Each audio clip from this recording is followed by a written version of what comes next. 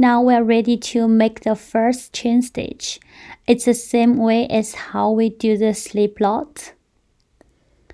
Place a hook on the left side of the yarn.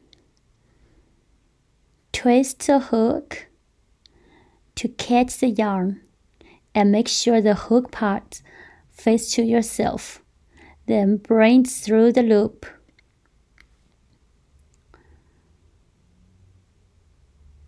Here we did our first chain stitch. We try it again to do another one. Place a hook to the left side of the yarn. Twist it over to catch the yarn. Then bring the yarn through. Here we got the second chain stitch. Let's continue to repeat these steps to finish the rest of the 8 ones.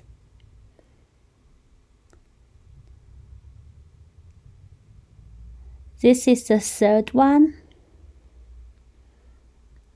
Then 4.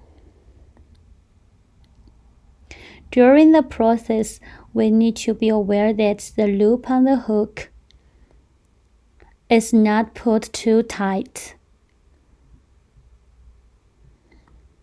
which will make it very difficult to pull the yarn through, but also don't get the loop too big, which will make the next chain stitch look very loose. Alright, let's move on. 5,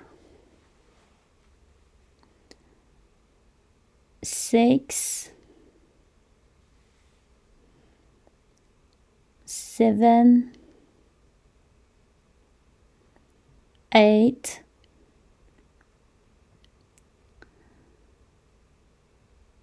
9, 10. Now we have done the 10 chain stitches. Let's have a detailed understanding of the chain stitch.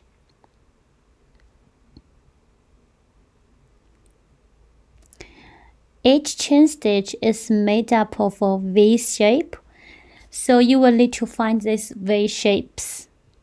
The side with V shapes is the front side of the chain, and we count the first V as the first chain. This is the first one.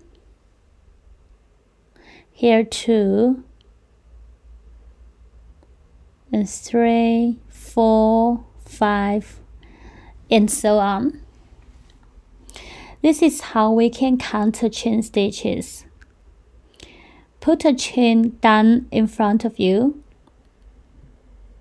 Here we can see the 2 loops of each V.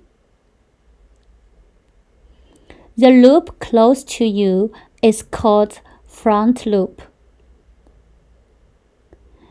On the other side, the loop far away from you is called back loop. We also take a look at the back side of the chain. If we flip it over,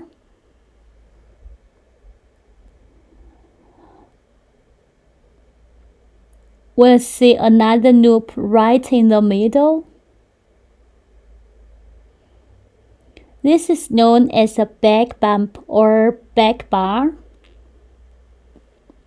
We can work into either of these 3 loops to get different foundation edging. We'll be sure to explore more about the foundation edging in our future tutorials. Cool. This is basically all about the chain stitch that we need to know as a beginner.